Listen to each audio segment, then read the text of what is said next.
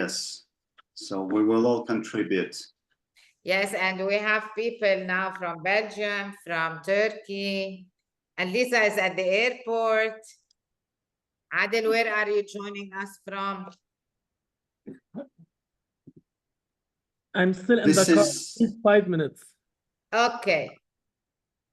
Yeah, this is the power of international network of a big organization. So we have people from everywhere. Hi, Pascal. Good evening, everybody. Hello. Hello, Linda. Do we have anybody from the US? Not yet. We're going to see people are joining in. We're going to ask them to put in the chat in 2 minutes where they are joining us from, so we know. Okay. So, because usually this time zone is also useful for accessible for the US. So definitely. It's interesting if we can. Definitely. Hi, Nisreen. Hi. How are you? Good, good. Sorry, I still need 5 minutes to reach home. It's okay. How are you? I'm fine. How are you? We're all great. How was the summer? Excellent. Hot as usual. Extremely hot and sexy. Very hot. It's unbelievable. That's nice. Yeah, like come back to work, come back to the normal activities and everything. Yeah. Yeah. By the way, this is the first day for me. I just came yesterday. Welcome back to Cyprus. Yes, I was out of everything. So today is the first day I do something related to coaching. Bravo, welcome. Hi, Christiana. Hi, Nikita. Hi, Amani. Hi, Pauline. Hello. Hello. So, guys, if you want, you can put for us in the chat, where are you joining us from?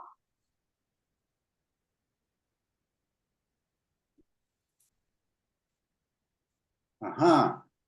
So we have. Yes, from Canada. We have America. Yes. Yes. Saudi. Hi, Christiana. So we're overseas, going overseas. Yes. Broadcasted over the ocean. Definitely. Hi, Priscilla. Welcome, everybody.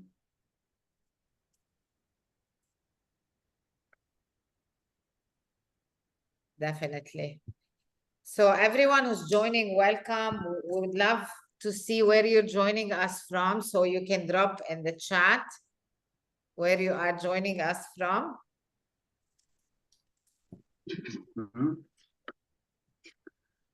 And also, it would be good if you put in the chat if you have any current credential, ICF certification, ACC, BCC, or MCC, just for us to know. Or if you don't currently have it, or probably you're just planning to, so you can just put it that you're planning to apply. Okay, I see PCC, BCC, ACC in process. Thank you. Yeah.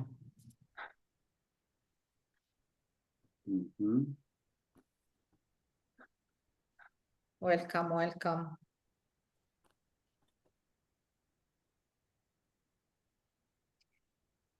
Welcome, Christina, Shaima. If you can open your cameras, we would highly appreciate seeing your lovely faces.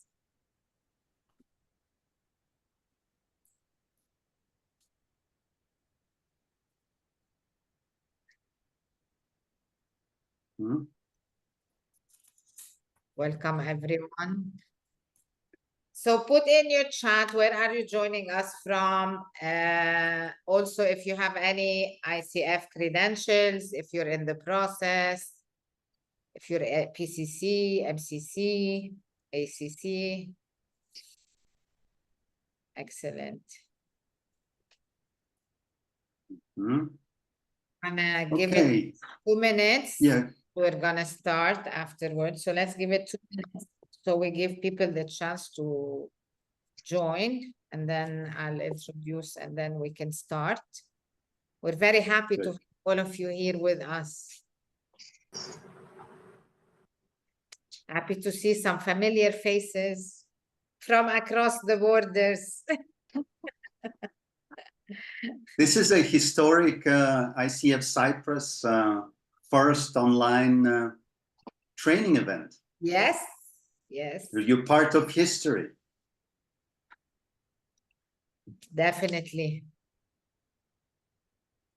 So welcome everybody. If you want, you can write next to your name if you have an ICF credential, PCC, ACC, or MCC. And if you are in progress, in the process of doing that, you can say in process as well. So welcome everyone. Excellent. So people are preparing.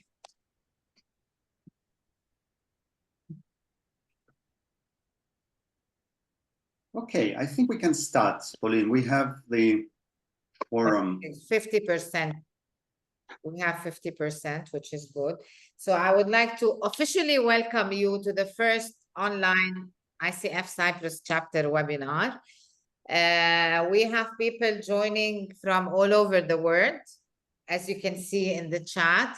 This is our first ever webinar that we do in Cyprus. Our chapter is, we just celebrated 1 year. So we're new, but we have big dreams and big action plans to do. So we're really excited for this. You can follow our social media to stay tuned for our upcoming webinars. We will be having upcoming webinars, and we will put them as well on ICF Global.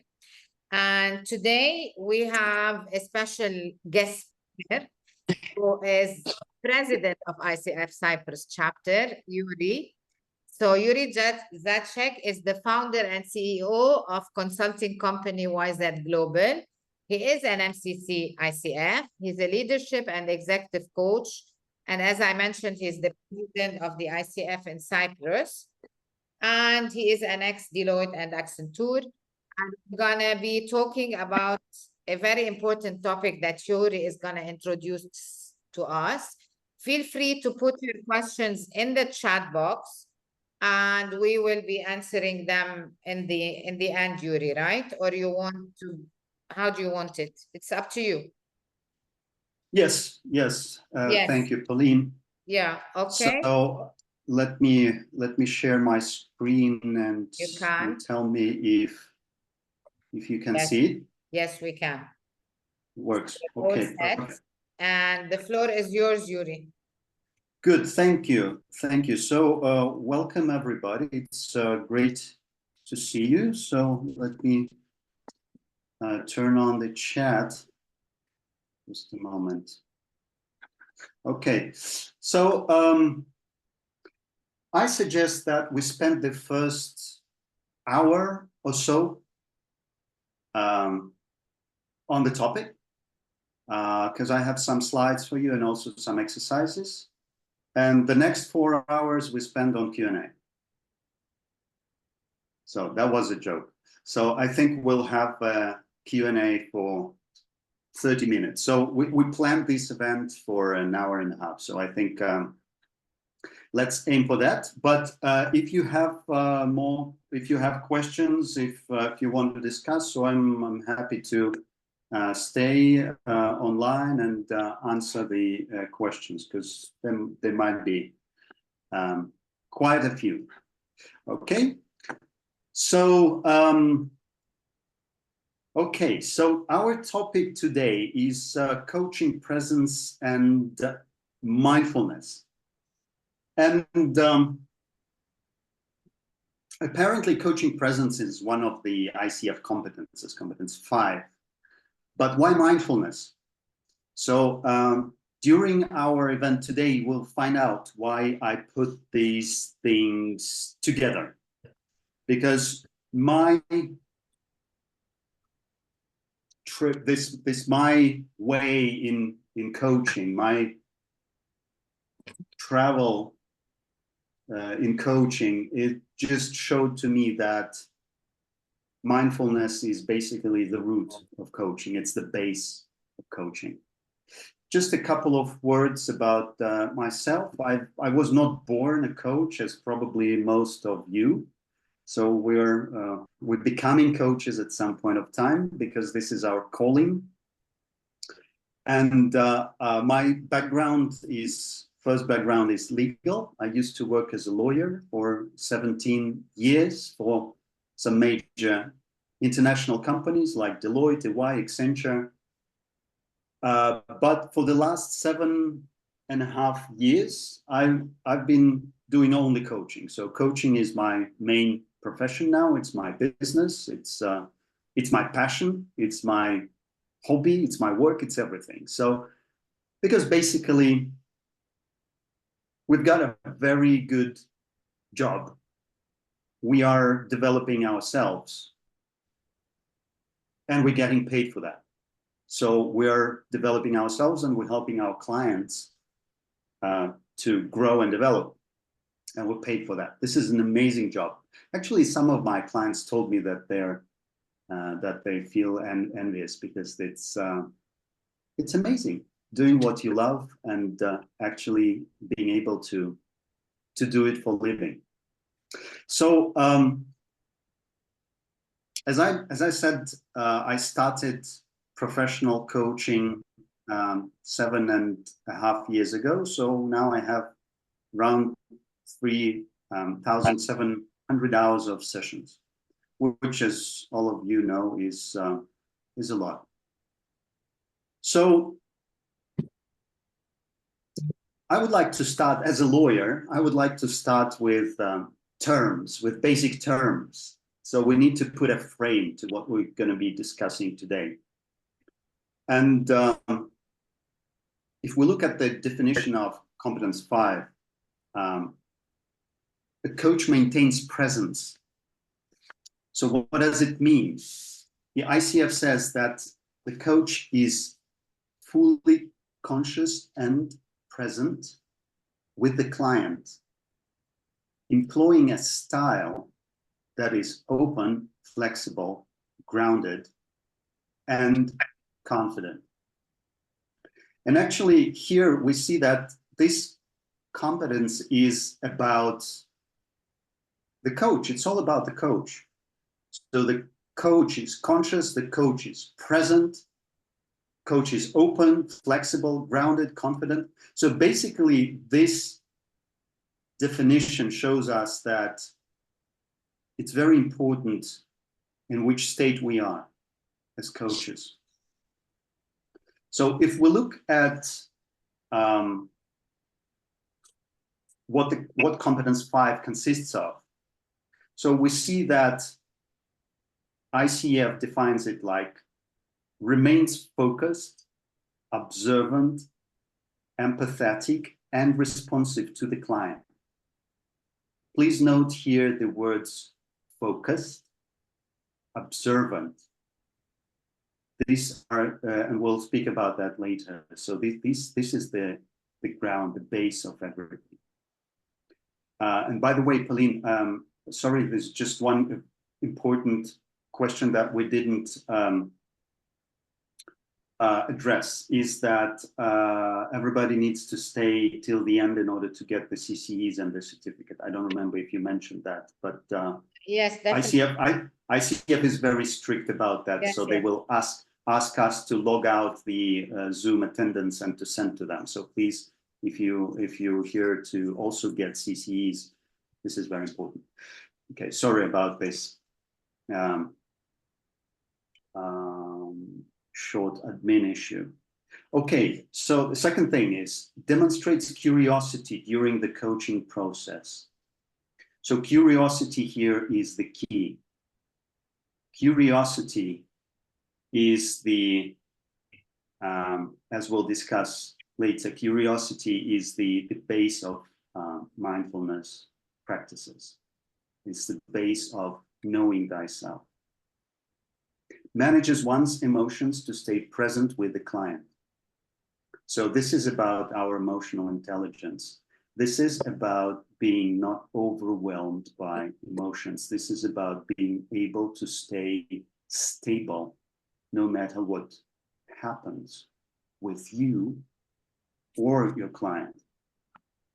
Demonstrates confidence in working with strong client emotions during the coaching process. Please put in the chat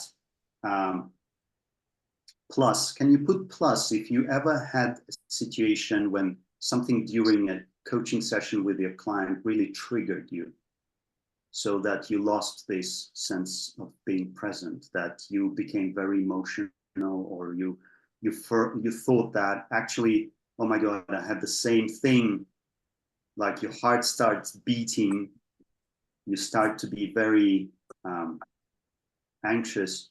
Yes, I see pluses. Yes.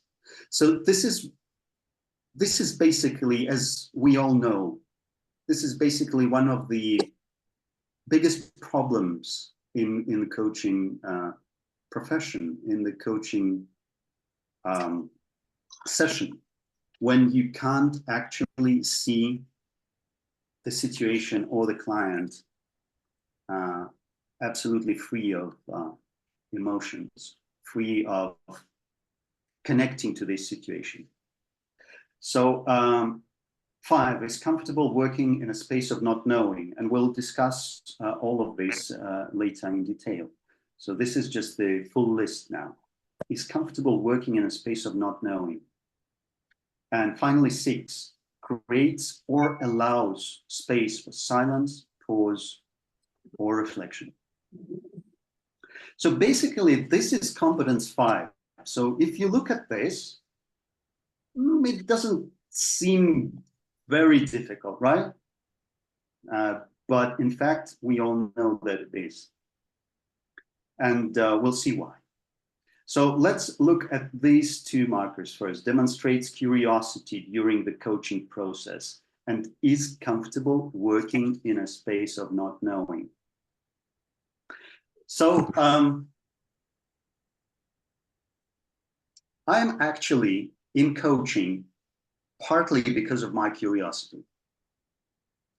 Because I'm really genuinely interested in how things work, how I work, how my emotions work, how my thoughts work, how my life works, my business. And also I'm genuinely interested in how it's working for my clients. So curiosity is the key. So we need to be really curious about what's going on in the life of our clients, how they operate, what's different from us, and what things are similar. And also, we need to be comfortable working in a space of not knowing. You know, when I worked with a mentor, and it was a mentor and also my coach, when preparing for MCC, there was one very important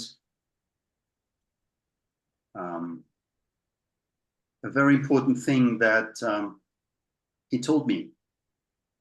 It was a rather difficult period in my time, and in my life, a rather difficult time in my life. And I remember asking him, so what do I do? I don't know what to do. And he told me, you're not supposed to know everything. So I told you that you're supposed to know it. And it was a big relief for me, you know, because when you think that it's okay that I don't know where my life is going, I don't know what's going to happen to me, I have no clue. And most people are really triggered by that. They really feel uncomfortable working and living in a space of not knowing. So we as coaches need to be able to live and work in the space of not knowing ourselves, so that to be able to teach our clients that, to bring that to them, to actually emphasize that it's okay. As human beings, we're not supposed to know things. It's normal. So, and here I would like to give you a metaphor and an image which actually, I think, shows how coaching works, how it's supposed to work.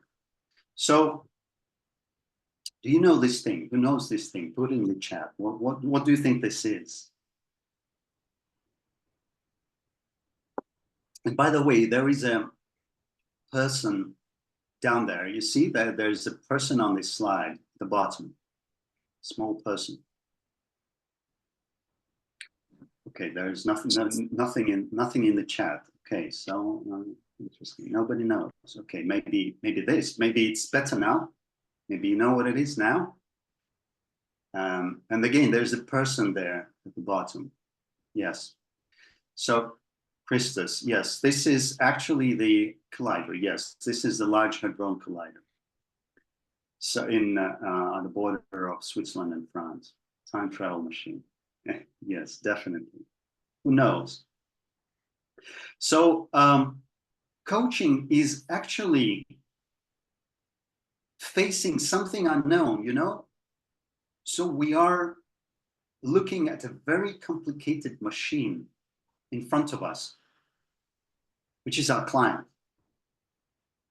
And you can only look, you cannot touch. And you need to understand how this thing works only by asking questions. You see here, there are two people on the bridge. Okay, so, and one of these persons is you, the second one is your client. And the client owns this machine. So you can only ask questions, and a lot of questions about this machine. Oh, what is this? What it is, how it works? Oh, why are there so many wires? And what is this black thing for? And this silver thing, and this green thing, and you know what why are these wires? Some of them are blue, some of them are red. So why? What are these tubes for? You know, it's genuine interest how this shit works. So when we're working with our clients, this should be our first emotion. You know, I want to know how you work, how you operate. I'm really, really interested. I see that there are some similarities. Some of the things I know, but some of the things I don't know, and I don't have a clue how it works. And by the way, it's okay for me not to know how it works. I don't feel bad because I don't know how Collider works. That's okay for me. I'm not supposed to know. The truth is that clients sometimes also don't know how it works, you know? Because you ask them, okay, what is this black thing for? Why is it there? And they say, I don't know. I don't have a clue. So you both look at it with interest. So space of not knowing. It's perfectly okay. Okay, so next, the coach remains focused, observant, empathetic, and responsive to client. Creates or allows space for silence, pause, or reflection. So again, look here at the words silence, pause, or reflection, and also the word space. Space is a very interesting thing in coaching.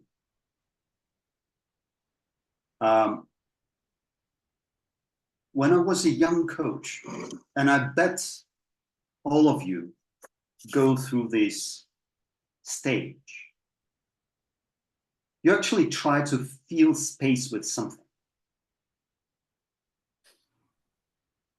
Young coaches are actually afraid of silence and space, because it's hard to believe that the client actually pays you a lot of money for sitting there in silence. So coaches actually think that they must bring clients somewhere. And very often they want to drag clients. If the client is not moving, they want to drag the client somewhere, because they think that they are evaluated by the client on actually this shift that is being made by client. But the truth is actually that clients pay us to sit down, reflect, and notice. You know, if you think about coaching, what actually happens during coaching sessions? And I work a lot with executives, I work a lot with entrepreneurs and C-level people. They never have time. They never have time to sit down, reflect, and notice things going on. So their schedule is like Tetris game, you know? So they don't have even 15 minutes of time. And the time costs a lot.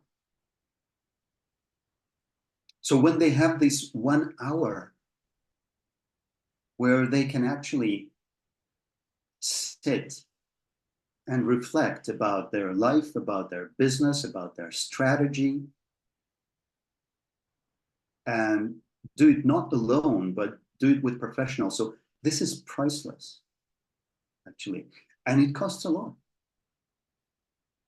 So they're ready to pay for that. They're ready to pay for this time that they allocate, sometimes to stand still, just to breathe and reflect. So sometimes they sit in silence. So silence is okay.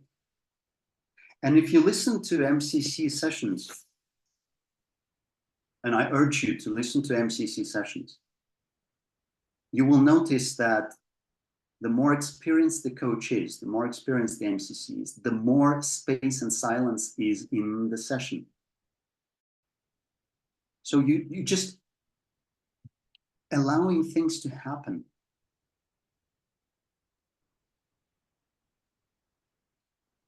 Who's here with me? Does it resonate? Please put something in the chat. Just how much does it resonate? From 1 to 10? 9, 10. Thank you. Okay. 20. Okay, so observation actually is the cure. You know, here we can make a parallel to therapy, to psychotherapy. Because basically observation, when the client understands what's going on, is already the cure. In most cases, you don't need to do anything after that. Just pure noticing it remedies it.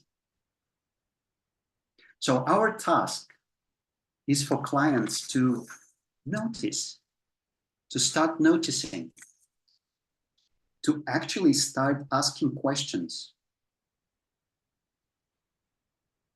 to actually start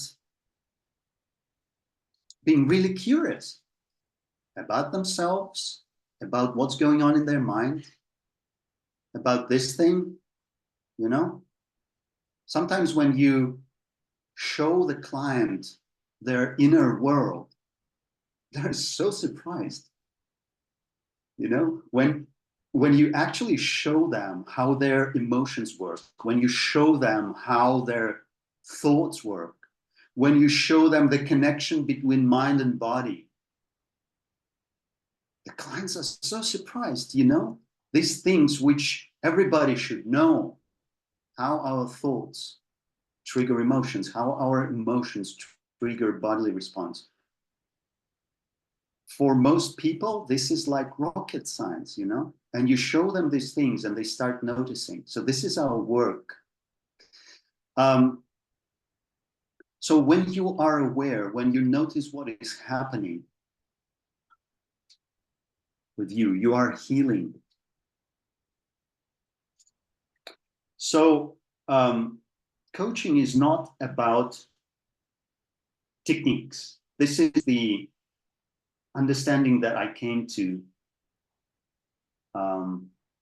in this almost 8 years of coaching, and after becoming an MCC. So coaching is not about techniques. It's about space, silence, and time. So let things unfold in front of you. You just wait for things to unfold. And I remember when I was at ACC level, or probably I wasn't even an ACC. So, you know, these awkward moments when you don't know what to say. You don't know what to ask. Oh my God, there is silence. The client is lost. The coach is lost. Oh shit, what do I do? It's blocked, you know? At the MCC level, this is the biggest gift you can get from a client, you know? Because you can ask, okay, what's going on now? As simple as that. Looks like you're stuck. It looks like I'm stuck. Interesting. Why is that? Why do you think that is happening? What do you feel about that? How do you feel? What are you thinking now? Why are you smiling? So let things unfold in front of you. Just let it happen. It will eventually happen. Truth is that the more space you give the client, the more effective your session will be. The more you observe and the more you apparently ask questions about what you're observing, about what's happening, the more effective your question will be, the session will be. And also, I remember this, I don't know, please put in the chat, please put plus if you also did that during the session, you're writing questions that you want to ask your client. Oh, I need to ask this. Oh, I also need to ask this. Oh, this is a very good question. I need to put it down just not to forget. Oh my God, he's already saying something different, but I still want to ask this question. So coaching is actually more simple than that. Coaching is like ping pong. It's like tennis. If the client gives you the ball, you just send the ball immediately back. Client gives you the ball, you send it back. Client gives you the ball, you send it back. By the ball, I mean actually what the client is saying. The words. The client gives you some words.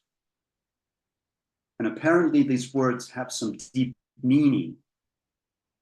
So just send it back. Oh, you just said this. Why did you say this? Oh, you said this. What does it mean? Oh, you said this. Okay, so send it back. Send the ball back. And see how it goes. And here it's very much connected with competence 7. Evokes awareness. The definition is facilitates client insight and learning by using tools and techniques such as powerful questions, silence, metaphor, or analogy. Notice silence here again. It's one of the tools. It's one of the techniques. Silence is one of the tools and techniques here, because it says tools and techniques such as. So silence and space can be a tool. Isn't it amazing? So competence 7 also says that challenges the client as a way to evoke awareness or insight. Asks questions about the client, such as their way of thinking, values, needs, wants, and beliefs. And asks questions that help the client explore beyond current thinking. You know, the client is very often, in most of the cases, okay, always, people are always in their minds. They're always in their minds. Here, if we look again at this thing, the client actually lives inside. That's why the clients very often don't see how it works. They don't know how it works because it's very hard to see from inside. But you as a coach, you can see the whole thing. And you can also see, you can see from the outside, you know? Because here you see there is windows behind, there is a big building here and there are windows behind it. And there is some, I think there is some blue sky behind these windows, you know? This is something that the client doesn't see because he's living in this mechanism, you know, in this hole. So he doesn't know what's happening outside of it very often, outside of this hangar, of this building. He doesn't see the sky, he doesn't see the stars, the sea, whatever. But you as a coach, you can help him seeing bigger things outside of his box. So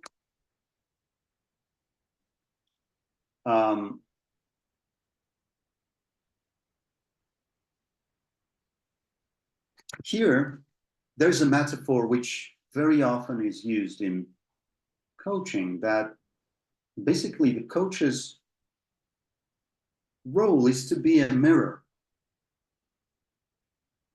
a talking mirror. The client is looking at the mirror and the mirror asks him to take a closer look at some things. Oh, look at your right eye, look at your left eye, look on your right ear, your left ear, look on your chin. Look at your nose, mouth, you know? So we actually need to make sure that the client stares, that the client's focus is on examining himself or herself. So we need to make sure that we help the client to see himself or herself. And we ask a lot of questions about, again, how things work. So, but what happens very often, and especially when it happens with coaches who are just starting in the profession, so we turn into, instead of a mirror, we turn into a TV. And you see this, there's a big difference in these coaching styles. Can you compare that? You know, you see the first one is the mirror. There's nothing else in this mirror except for the client. Well, there's obviously a mirror as well, and the mirror is talking. And the mirror also has some values and beliefs and whatever, yeah? So it's a tricky mirror. But in the second picture, it's just a TV. It's the coach telling the client something. It's very interesting for the client. Yes, everybody loves watching TV, you know? So the clients love it when coaches share, when coaches tell about their experience, when coaches teach, when the client, and a lot of clients not only accept that, they expect that, you know? And coaches do that because it's very interesting to talk, you know, very interesting to speak. But actually we need to stare, we need to be still. That's why it's called, our today's session is called presence, coaching presence and mindfulness. Because what I came to the realizing that basically coaching presence is mindfulness. So the coach just simply needs to be mindful and aware. So the coach needs to develop mindfulness. So how do we actually maintain presence? And here I would like to suggest an experiment now. It will be a very unusual one. You will remember it. And it will be very simple. But for some of you, it might be unbearable. And what we're going to do now is actually do nothing. So I will put a timer now for 5 minutes. And for the next 5 minutes, we will all do nothing, literally nothing. This is not a meditation. This is, I don't ask anything from you. And then we'll see how it goes and what happens. Okay, are you up for that? I see that some of you are not happy about that. Oh my God, what is it? Okay, let's try. Okay, 5 minutes. We're doing nothing.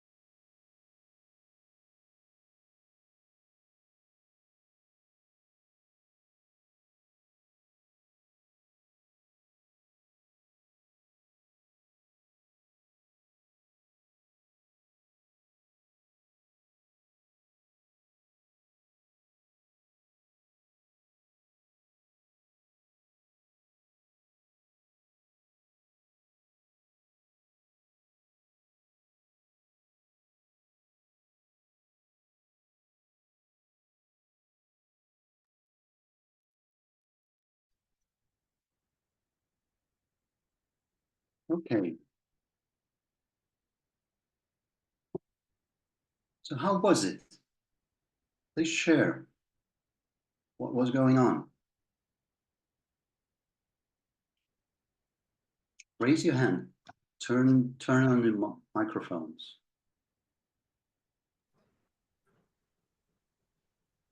Josh, yes, please.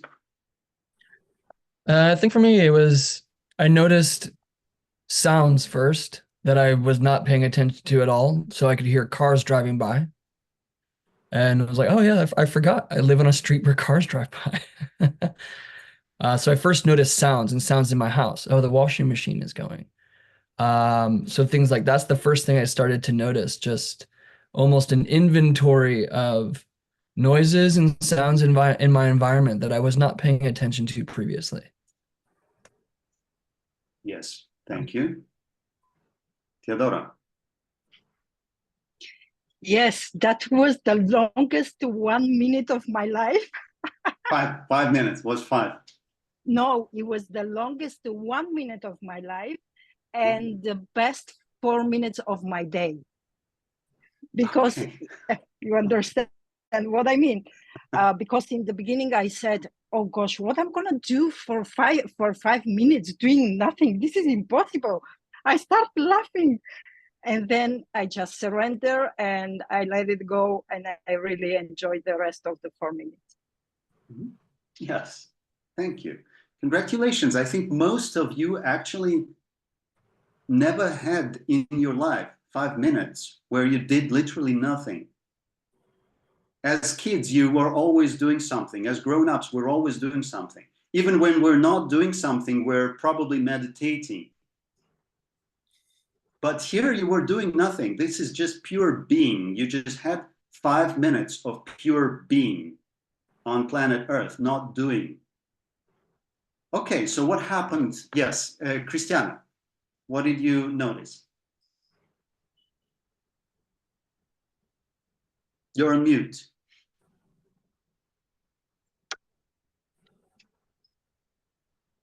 We still can't hear you. Probably something with a mic.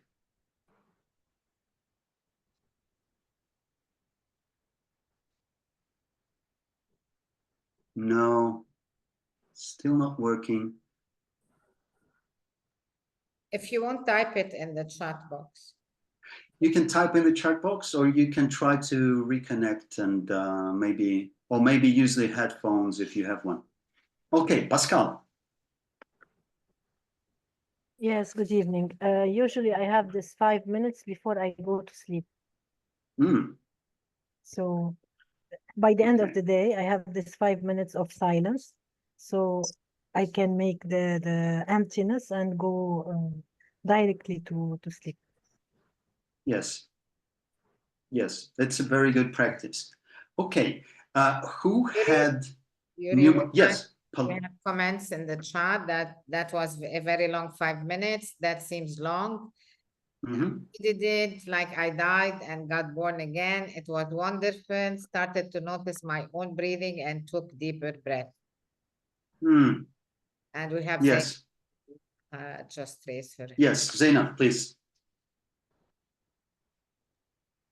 First, my body is okay and I feel comfortable. And my emotions okay, but I realized that my mind didn't stop, and I catch myself observing the others, and she's doing that, he's doing that kind of things. And this makes me think about my presence in coaching. I observe that in my coaching session. What will happen in silence? Yes. Thank you. Thank you. Thank you for that. Please raise your hand if you had a lot of thoughts during these 5 minutes. Can you raise your hand? You can also do it like, where are the reactions? Okay, yes, people hands. Yes. So George says, I agree with Zainab, the mind doesn't stop. Yes, yes, dear coaches, dear colleagues. The thing is that the mind doesn't stop. And that's the biggest problem for people, for the mankind. And it's been known for thousands of years. You know, the ancient yogis knew about it thousands of years ago. The Buddha knew it 2,600 years ago, that our mind is like a monkey. Our monkey mind, you know, our mind is always rushing, is always thinking. Our mind is always trying to grab things, grab stuff. Okay, what do I do? What do I do? So our mind is not still. I bet there was no one here who actually was absolutely peaceful and quiet in these 5 minutes and didn't have a single thought or a single emotion. If there were people like that, yeah, that's an amazing achievement. So, but also it's important to be not to become sleepy. You know, the mind needs to be very aware. It's not about falling asleep.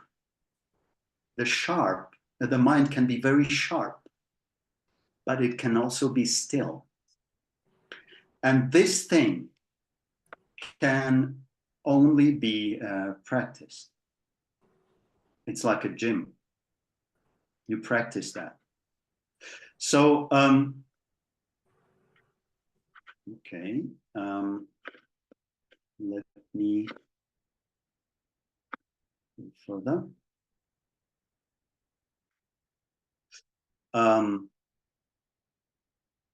Okay, so there is a metaphor which I really like. And I think it comes from Indian philosophy or from Buddhism. I don't remember where I heard it first. So, but it says that can a restless mind, can a restless water reflect the moon? So if there's a moon and there is a pool, a pond, if the water is not still, if there are waves, the image is distorted. You see it here. The moon up in the sky looks like the moon, but in the water down there, the image is different. So this is what happens in the coaching session when the mind of a coach is not still, when the coach is not present. The coach does not see clearly. The coach looks at the client and sees this distorted image because there are other thoughts, because there are our experience, because there's other our emotions, because there's other stories, because there are some tools and techniques and whatever. So if our mind is not still in the moment of a coaching session, we can't get the clear picture, the real picture. So competence 5, again, maintains presence, manages one's emotion to stay present with the client, demonstrates confidence in working with strong client emotions during the coaching process. So how do we actually maintain presence? And here, I don't remember, it was yesterday, I think, in LinkedIn, I had a very nice banner. I've seen a very nice banner by Harry Vaynerchuk. You know Harry Vaynerchuk. So, and I decided to put it here. You know, Start with yourself, because you can't help anybody if you're not good. So this is very, very true about coaches. This is very true about coaches. How can you help your clients to become mindful and aware if you're not mindful and aware? You can't bring anybody higher than yourself. So that's why coaches who don't have their own coach are professionally not good. That's why coaches who don't do mindfulness practices, who don't meditate, are not effective. Coaches who are not obsessed by clearing their mind, making their mind still,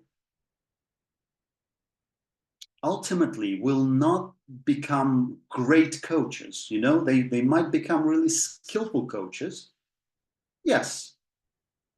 But in order to become great coaches, you need to work on your own mind. You need to make sure you know how this thing works and how you clear it, how you make it clean, how you make it silent. So, and it very much correlates to competence 3 here, embodies a coaching mindset. So ICF gives us clues. How do we do that? And it says you can only develop coaching presence, and you can help your clients only if you engage in ongoing learning and development as a coach. Develops an ongoing reflective practice to enhance one's coaching. Ongoing reflective practice. This is a requirement by ICF. This is not something good to have. This is part of our job as coaches. Remains aware of and open to the influence of context and culture on self and others. Uses awareness of self and one's intuition to benefit clients. It's only when we know ourselves, you know this, know thyself, the old Greek saying. It's only when we know ourselves and we are taking responsibility of our mind and emotions, we can connect to our inner core, to our heart, to our stomach, to our intuition. Only then we can help our clients. But the good news is that it comes automatically. You don't have to drag it. You just have to do the practices. Develops and maintains ability to regulate one's emotions. Okay, again, this is something about what meditation does, what mindfulness practices do for coaches, and finally, mentally and emotionally prepares for sessions. So it just means that the thing that I started with, a lot depends on your state, in which state you are. The quality of your coaching session, the quality of the results that your client will get depends on you. You yourself are a tool, an instrument. If you're not right, then it's not going to work. There are a lot of coaches who are overworked, or not sleeping enough. A lot of coaches who are burned out.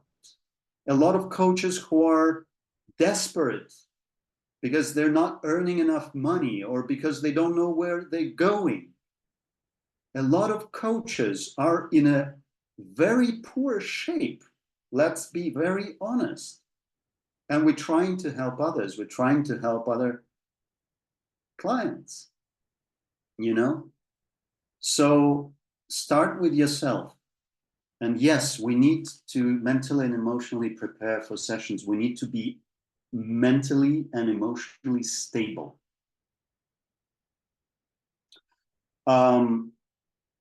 So what I realized actually that when I was preparing for MCC, and it took me several years, and I didn't pass my both sessions that I submitted first. They were not, sorry, ICF did not accept them, so I didn't pass.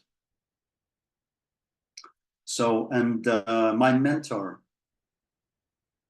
Tatiana Hitrovskaya, an MCC coach, I remember one thing she told me, which I think I didn't understand that, but I understand now, that MCC is not a credential, it's a philosophy of life. It's a way of living and perceiving reality. So it's a certain stage that you need to reach as a person, as a human being. It's a state of living, state of being. So simply 2,500 hours of practice will not bring you to MCC. I'm sorry to say that. This is probably not good news. But good news is that you just must practice mindfulness practices. That's it. And that will help you. That will help you tremendously. So good news, you can absolutely train this skill. Everybody, anyone can become mindful. Any person can take emotions, thoughts, and physical state under control. So, and the Buddha said that any person can become enlightened, anyone on this planet Earth, just if you put enough effort. And this is good news. And this is bad news. The bad news that you can only develop this skill through intensive training. You can't develop this skill through attending this webinar and getting 1.5 CC points. It doesn't work like that. So together with coaching practice, make sure to get 2,500 hours of meditation. And I didn't ask you that. So can you put in the chat, please, if you meditate or not, yes or no? And if you put yes, can you write down how many minutes per day? That will be very interesting to see.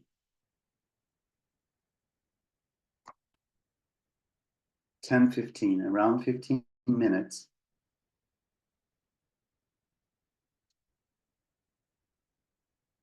Mm-hmm.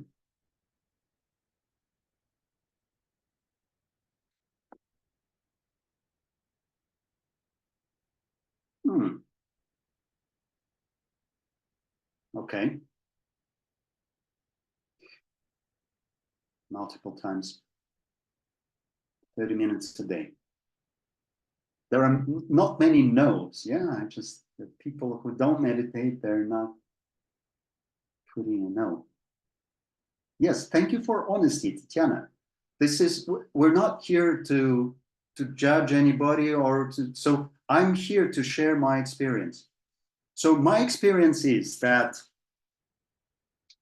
and I think I'm lucky because 7 years ago, almost immediately after starting my coaching practice, and I was an overworked, burnt out lawyer, was really unhappy in life. So, and I quit my corporate career. I started my own practice. I moved to a different country. So I'm living in Cyprus now for the last 6 years. So, and immediately after starting my coaching practice, I started meditating. And I think this is actually what helped me a lot to develop through these years. So I do it every day, 30 to 40 minutes. Sometimes I do 1 hour if I can, but it's rare. 30 to 45 minutes in the mornings. And I can tell you that the days when, some days is when I'm traveling or when I can't do it. So these days I can really feel that the quality of my practice, the quality of working with clients is not so good, you know. So this is, if we look at this metaphor, is you first need to make this pond, this pool still. This is our work. This is our job as coaches in the morning, to still our mind so that we're able to work with clients throughout the day. If you can meditate before the session or after the session. I know that that's hard, but maybe just 5 minutes. So we'll do a short exercise, and then we'll leave time for questions if you have more questions. So tools for meditation. So types of meditations. I've been doing over these years, I've done a lot of different meditations. I've been to many schools, I've talked to many masters. So meditation basically is just observation. So you just learn to observe things, that's it. And you can really observe different things. So, well, the most common meditation that a lot of you know is breath. You know, I just came from the Vipassana retreat. It's a silent Buddhist meditation retreat where we just were focusing on breath for 4 days. No speaking, no phones, no watches, nothing. So it's just meditating. We were focusing on breath. It's classic. Breath is always with us. So I know that a lot of you practice meditations that are so-called guided meditations, right? So you listen to something, and so it's okay to practice that, but masters say that, the teachers say that it's better to gradually to switch to just observing breath. Because what happens if your battery is down and you can't charge it, and you can't have a guided meditation, you know? Does it mean you can't meditate? So learn to meditate without any aid. So we can meditate on emotions. When we are stable enough, we can examine our emotions. We can examine our thoughts. We can, there's a walking meditation as well, so that we also did. And I urge you to start doing that. You can do it even, you can meditate even when you're moving somewhere. Walking meditation is very simple. You just focus on your feet and you feel how your feet are making the steps, you know, how your feet is lifting up, then your feet is moving, and then it's going down, and then it touches the surface, and then there's another foot, and so on. And so you can just learn to focus, to keep your mind on your feet. So you can use your body as an instrument for meditation. So eating, you can even meditate while eating. And this is also a practice that we had on this retreat. We didn't speak for all these days, and it's a very interesting feeling. And please put a plus in the chat if you had this silent meals with people. You know, it's a very strange feeling, because usually you socialize, you just discuss things, but here people are sitting still and you focus on eating. You know, just focus on how food tastes, how it looks, how it smells, what are the feeling inside your mouth, how you swallow it, how you chew it. It's priceless, you know, because we are usually eating in a rush, in a hurry. So practice meditation while eating. You can watch things, you can observe things. You can, and I really like these things. You can take any object, you can take a cup, and you can observe the cup for 5 minutes. Looking at all the shades, looking at all the shapes, looking at the color, looking at it's a very interesting thing.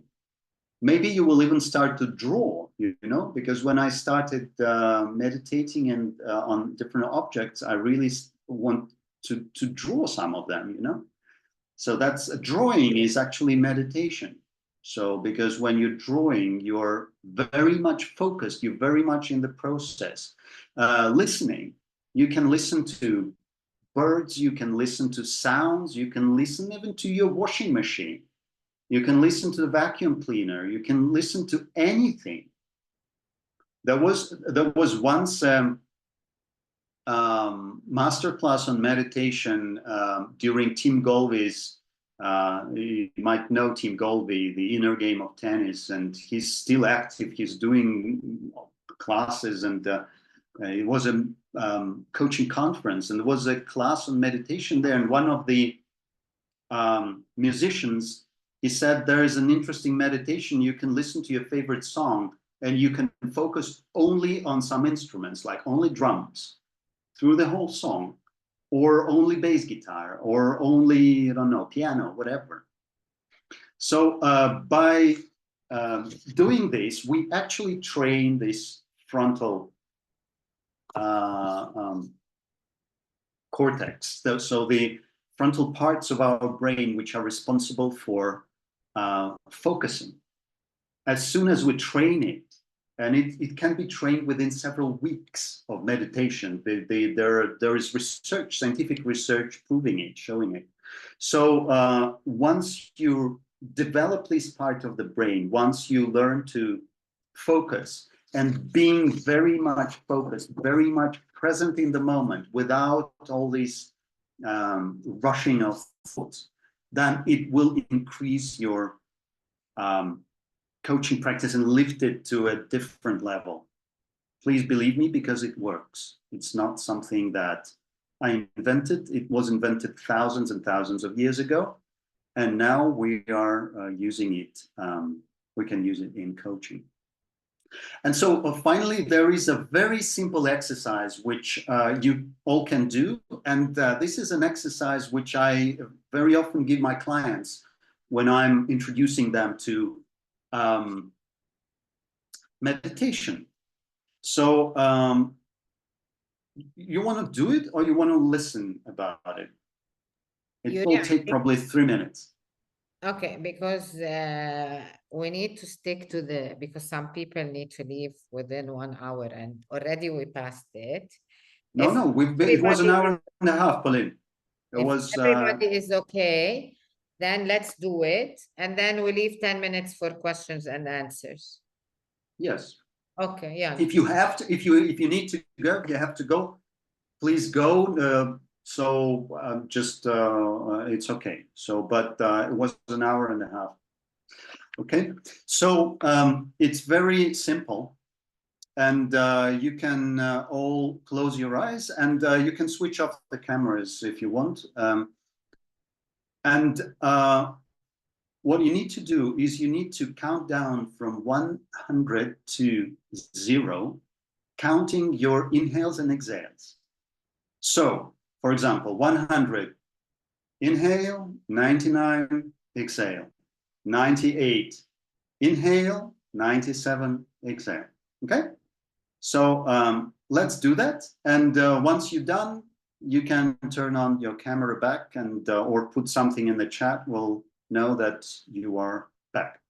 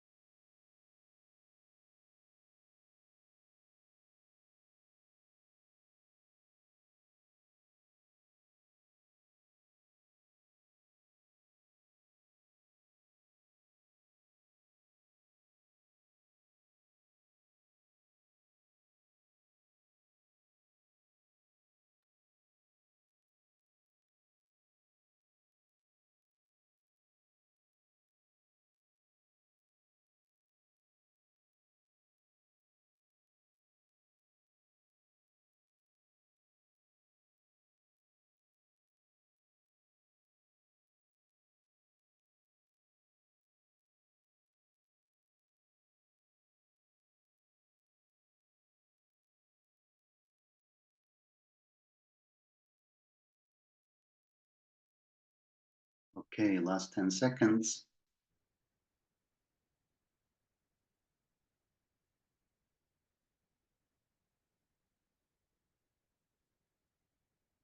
Please write in the chat how do you feel? So what was happening? How do you feel now?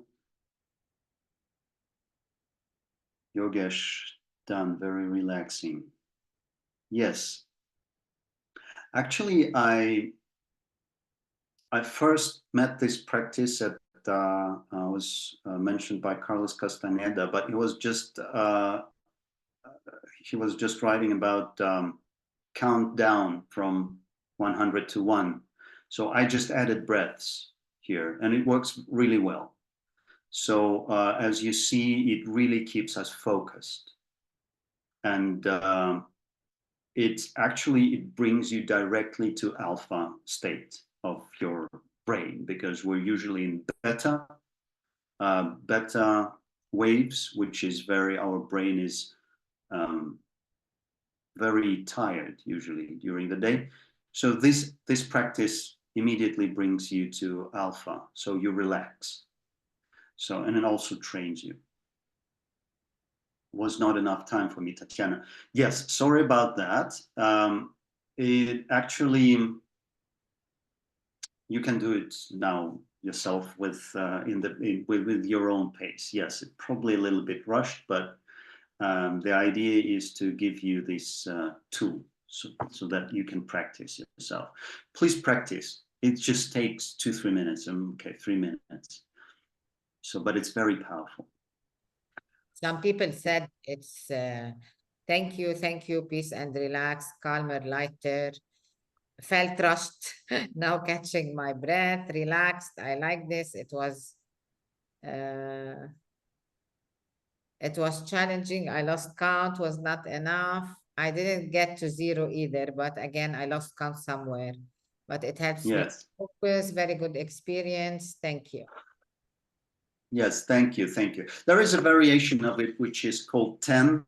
It's when you're counting from 1 to 10, and then you start all over again from 1 to 10. So you might try it as well. So it's a classic one. It's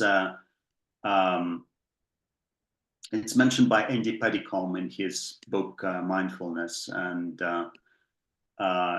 Andy Paddycombe is he's the founder of Headspace. You've heard of Headspace. It's one of the main meditation apps now on the web. Okay, so that's all from my side. So and yeah, so the classic coaching question: what are your takeaways today? So what are you taking with you? I would be very grateful if you share. You can raise your hand and unmute yourself directly. Yes, please.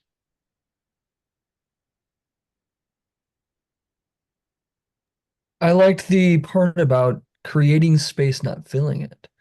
And I think part of what will give me more of a ability to do that more consistently is like my warm up, my pre-game show for coaching. So I'm taking away this practice of the breathing and the counting down from 100. I think that'll be a great thing to incorporate. I've always done my own at least 5 minutes of just my own silent reflection before I coach.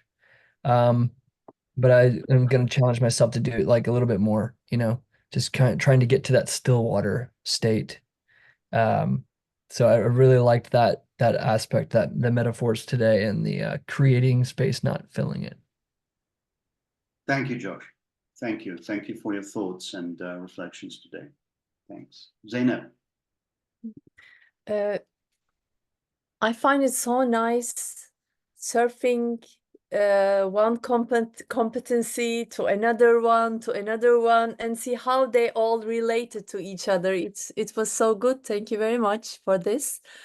And I decide to use this counting 100 to 1 thing with my clients, because I didn't feel the same thing like the other colleagues. I feel I see myself that I hesitate to make it to how can I say that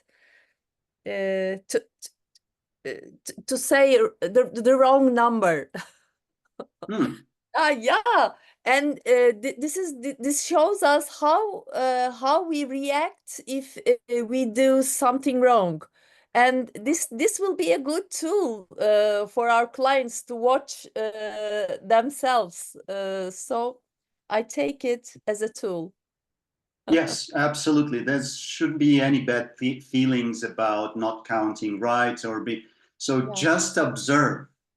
Have fun. This is just this is not about doing it right. This is about observing what's going on in our mind. It's yes. Thank you, Zeynep. Maybe I repeat it. I will be more compassionate to myself also. Oh, we all need to be compassionate to ourselves. Yes, that's true. Okay, Pascal. Yes, throughout the session, it was interesting to have another meaning of grounding yourself before the session. So I call it mindfulness and grounding instead of meditation. The breathing, the emotional checkup, and the positive attitude before each session. When you prepare yourself in silence to accept all what the client is bringing you to the table without having your own filters and your own judgment. So this is very important in our work, but sometimes it's not meditation for me, because meditation means for me that I need to relax and to be on another level, not to be with my clients. So it's a difference of definitions. Thank you for this interesting session. Thank you. Thank you, Pascal. Yogesh. First, thank you. I just added one more tool to my meditation, which is the reverse counting. That was great.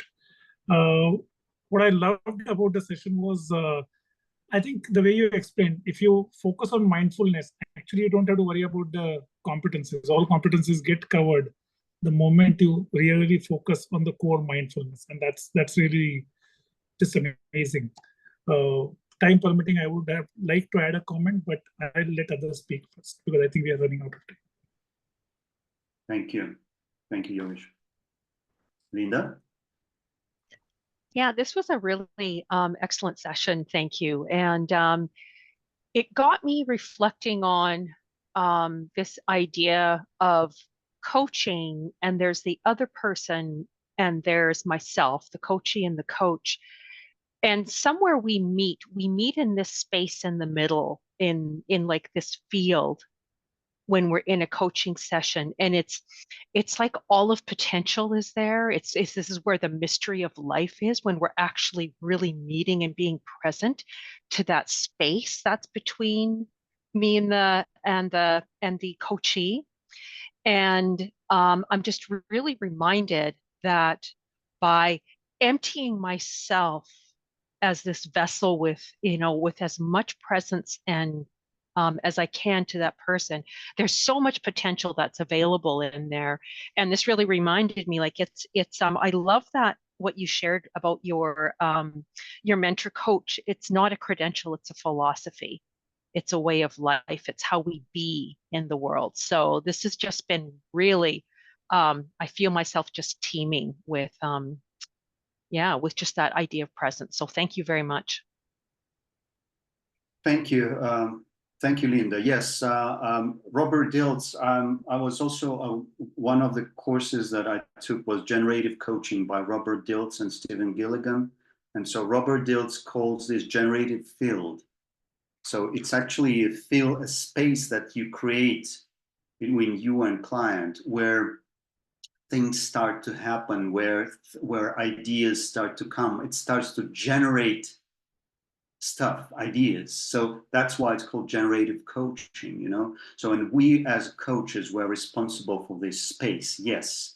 And we can use ourselves as a tool So we are the entrance door to this space. Through our state, through our mindful state, the client enters into this space generated field. So be very, very attentive to yourselves, to how you feel.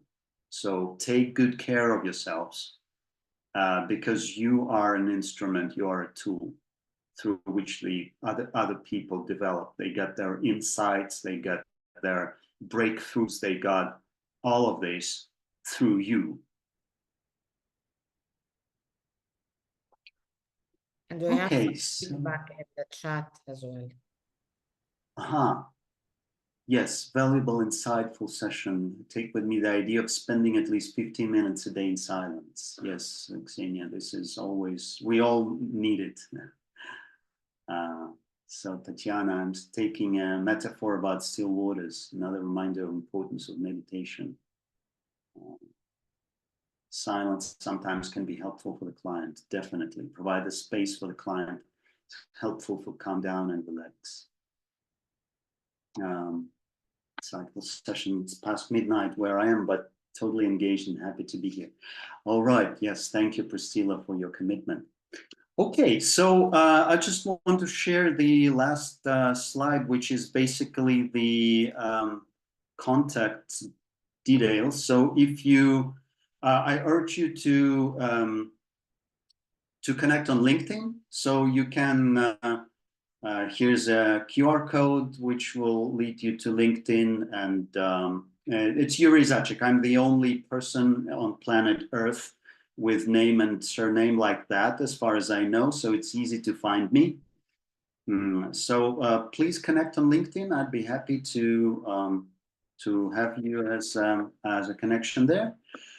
And yeah, so that's it from my side. Pauline, any final words from you? Yes, there is a question how to get to know about future events of Cyprus ICF chapter. Definitely follow our social media handles at Cyprus ICF Chapter Cyprus. And also we will be posting them on the global when we have the webinars. So we have upcoming webinars in September and October and November. So we will post them there. And Christina just shared the LinkedIn of ICF Cyprus Chapter. You can follow it, and then you can have all the details about our upcoming webinars. And I would like to thank you personally for attending, and the people who are here till the end, congratulate yourself, because you just earned 1.5 CCEs and the certificates will be emailed to you by next week, and a small as well a short feedback form, because we would like to hear from you as well. Okay, so thank you. And Pauline, did I earn one? Did I? Yes. Am I going to get my certificate? When you attend the second. All right. All right. Okay. And thank you very Thank you all much. for your commitment. Thank Have you. a great evening or morning or day. Cheers. Thank you. Bye-bye. Bye. Bye. Goodbye. Have a nice evening.